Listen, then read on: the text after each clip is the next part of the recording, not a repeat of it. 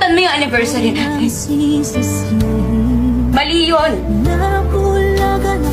Nung nagawa mo, lokohin, mali din yun.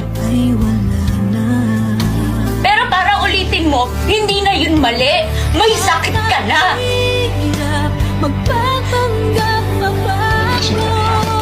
Ano ngayon kung lasing ako? Amoy na amoy ko lahat ng kasinungaling mo na nagkagaling dyan sa kitik mo. Lahat ng mga kasalanan mo na pilit mong tinatago sa akin na paulit-ulit.